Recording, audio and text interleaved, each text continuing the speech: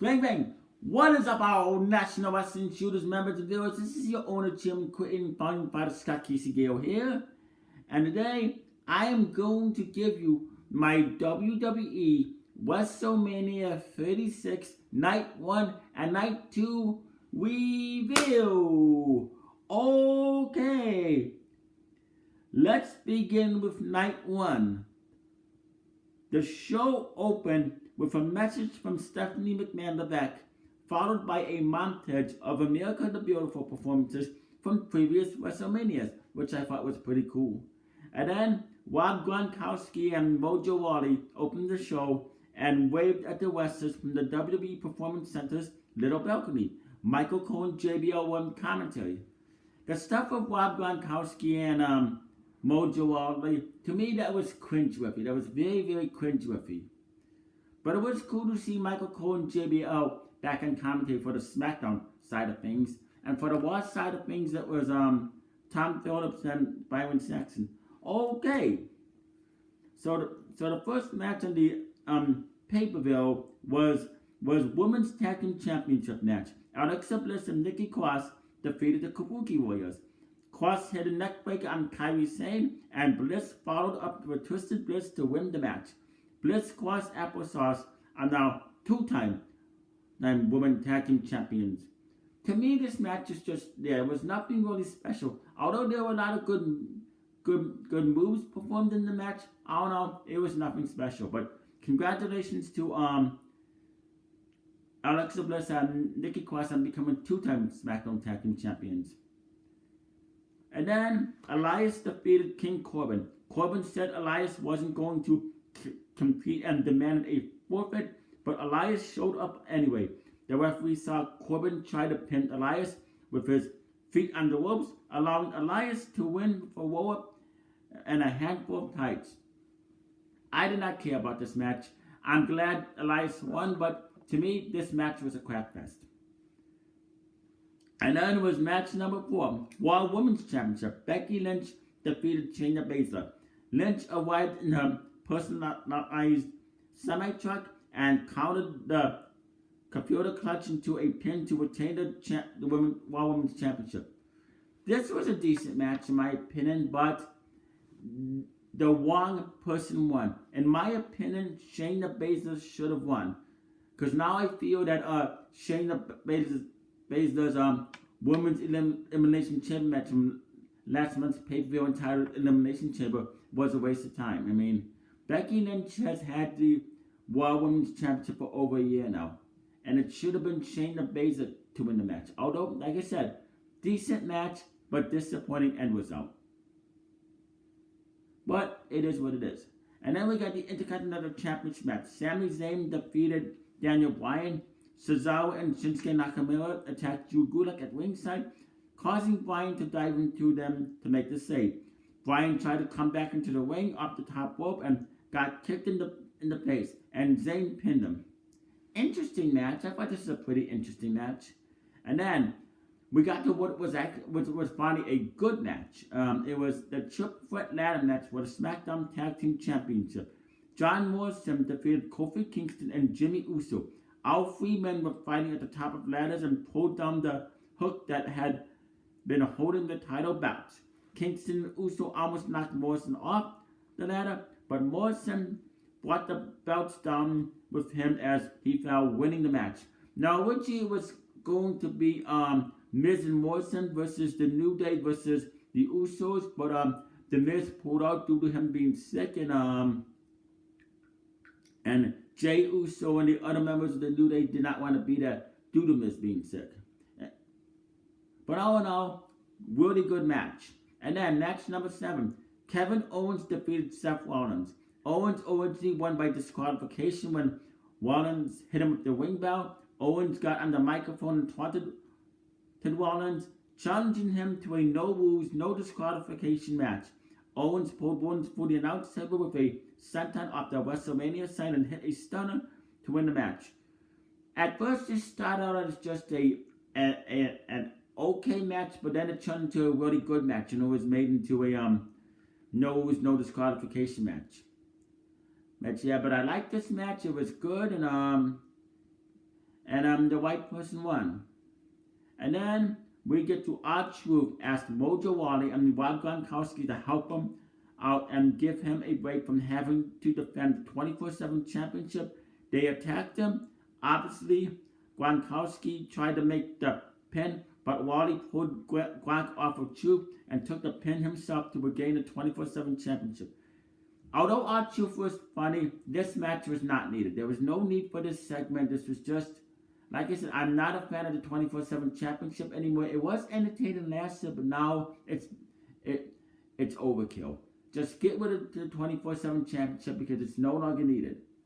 Or keep it on social media. Keep it on social media. And then it was match number 8, Universal Championship match. Braun Strowman defeated Bill Goldberg. Strowman won the championship after 4 power slams. This was a god-awful match. Just an absolutely god-awful, ridiculous match. Originally it was going to be Roman Reigns versus Bill Goldberg for the Universal Championship, but Roman Reigns pulled out at the last minute due to the coronavirus outbreak that was going on, due to him having leukemia in the past. So in my opinion, Roman Reigns made a right call, but I don't know.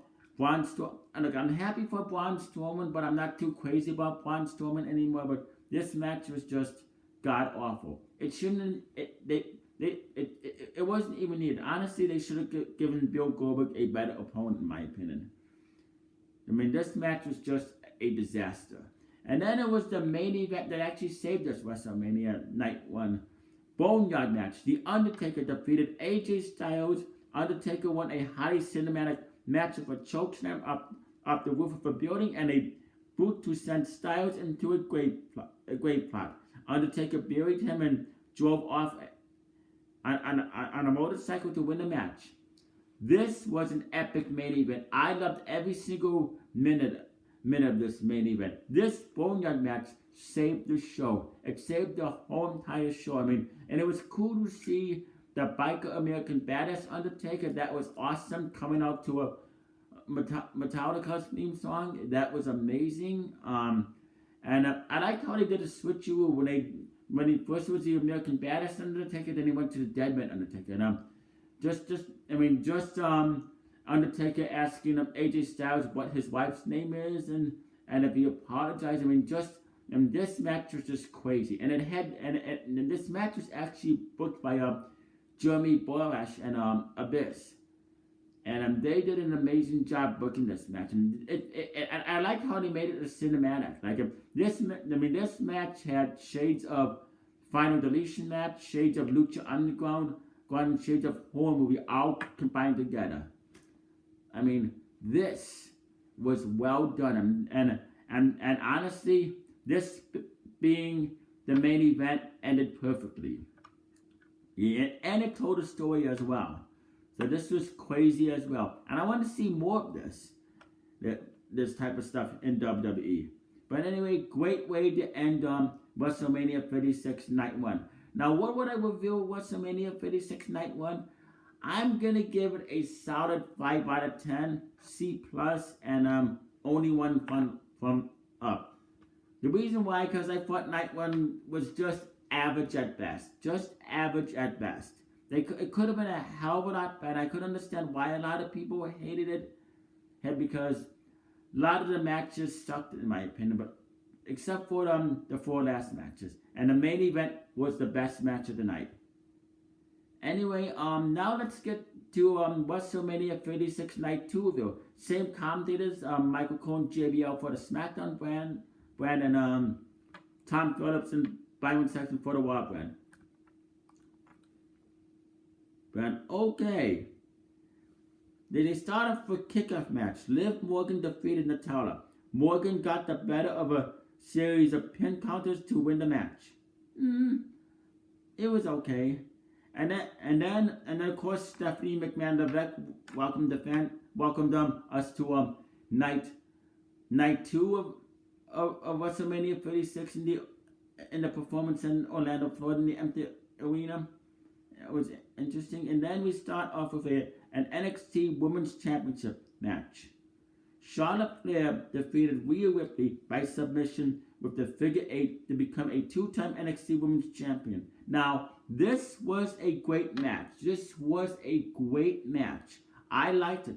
However, the ending result of this match was a disappointment because there was no need for Charlotte Flair to become a two-time NXT Women's Champion. And I think this was Vince McMahon's idea. I think this is Vince McMahon's way of trying to tarnish the NXT Women's Division. I don't know why, but no. There was no need for Charlotte Flair to win. The wrong person won. Great match, but the wrong person won.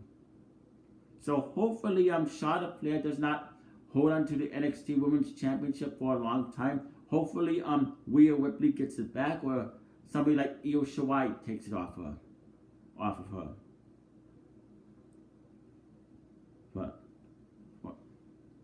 Because we are all getting sick and tired of seeing Charlotte Flair get title after title after title and after opportunity after opportunity. She is definitely the female Roman Reigns. And then we get highlights from Braun Strowman's Universal Championship win, and the Boneyard match was shown. And then match number 3, Aleister Black defeated Bobby Lashley. Lashley was setting up to hit the Dominator, but Lana got on the apron and demanded that he hit a spear instead. Black countered that, and that spear with Black match to pin Lashley and win the match. This match was not needed on WrestleMania. This was just a typical Monday Night Raw match. It was decent, but all in all, it was just a typical Monday Night Raw match. Honestly, they could have put this match on the kickoff show. And then, match number 4. Otis defeated Dolph Ziggler. Sonya Deville accompanied Ziggler to the ring and got on the apron to distract the referee, allowing Ziggler to hit a low blow. Mandy Rose showed up to attack Deville and rolled her into the ring, which distracted the referee and allowed Rose to hit a low blow on Ziggler. Otis then hit the caterpillar and pinned Ziggler. After the match, Otis kissed Mandy and carried her away in his arms. I would say this was a decent match, even though that I'm not a fan of Dolph Ziggler. I love Otis, and I'm glad that Otis won. And I'm glad to see Otis and Mandy back together, because they are the best power couple on the SmackDown brand. Way better than a god-awful, cringy Bobby Lashley and Lana storyline, which I don't know why is still going on. And what I also loved about this match, what made this match entertaining, was the commentary from JBL. JBL was definitely heating it up in this match, and that's what I loved about it.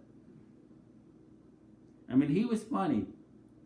And then, match number 5, which was one of the matches of the night, in my opinion. It was a last man standing match. Edge defeated Randy Orton. Edge and Orton fought around the entire Performance Center for almost 40 minutes. Edge won the match after a concerto on the top of a WWE production truck, and Orton could not answer the 10 count. After the match, Edge cried. This was an absolute phenomenal match. From beginning to end, it told a story. It did. However, the only thing missing from this match was the fans. Because could you imagine the crowd reaction? They would have gone nuts.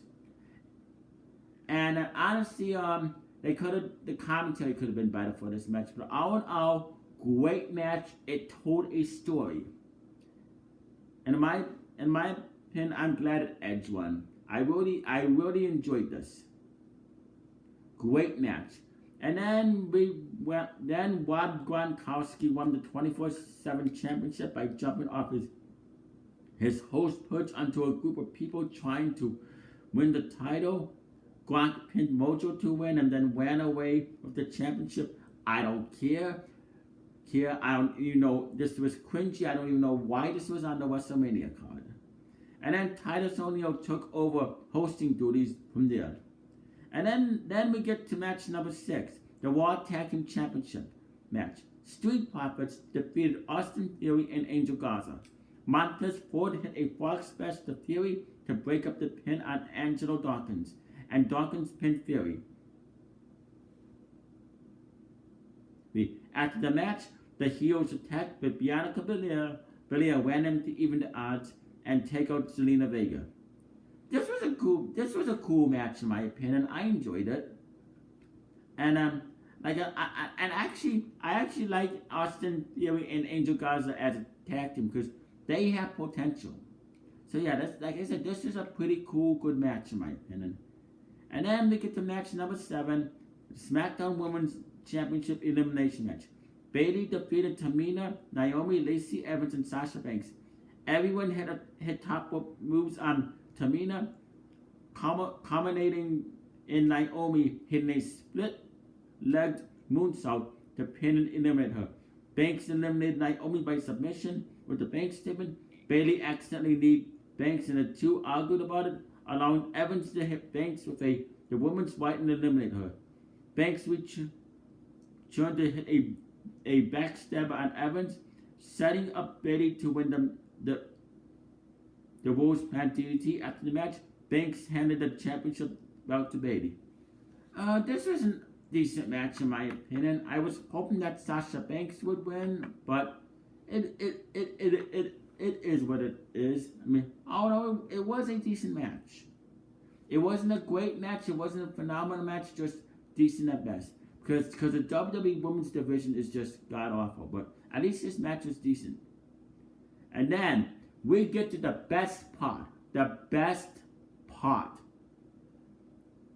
Match number 8 for night 2. Firefly Funhouse. The Fiend defeated John Cena, we guess, in a match that took the form of Fever Dream, incorporating Booker John Cena's Ruthless Aggression debut, the Doctor of Thugonomics, WrestleMania 30, and even an imaginary episode of WCW Monday Night Show. The Fiend choked out Cena while non-Fiend Bray Wyatt countered the pin. Afterwards, Cena disappeared. Everything about this match was just pure gold. And yes, this definitely had... I think this match had Jeremy Bosch's fingerprints all over it. Or whoever came up with this match was just crazy. Or Bray Wyatt. I know Bray Wyatt had to have creative control of this match. It was cool to see John Cena come out. I mean, just the teleporting was amazing, and everything about this. The commentary from the Devil Vince McMahon puppet, especially during the Night Show segment when he said, "This is such good shit." That was just pure gold. That was hilarious. Showing highlights of Eric Bischoff and highlights of Bray Wyatt from 2013 and 2014 from the Braun when he debuted in 2013. And highlights of John Cena's past matches from WrestleMania 30. I like that. I like John Cena coming out in an NWO black and white T-shirt, which I did not expect, and Bray Wyatt coming out in an NWO white and black Wolfpack T-shirt pretending to be Eric Bischoff, which is funny. I mean, this was just entertaining. And Eric Bischoff actually did a reaction to this match on 83 weeks, which is pretty cool. They didn't show it on WWE, but they showed it on 83 weeks. I mean, this match was just crazy. It kind of felt like an acid trip. I mean, it was just beautifully well done. I loved every single minute about this match. I mean, especially when John Cena kept saying ruthless aggression when he first came out from the 2002 John Cena in the tights. That was cool. The Doctor of Thugonomics, it's always cool to see Dr. Thugonomics John Cena.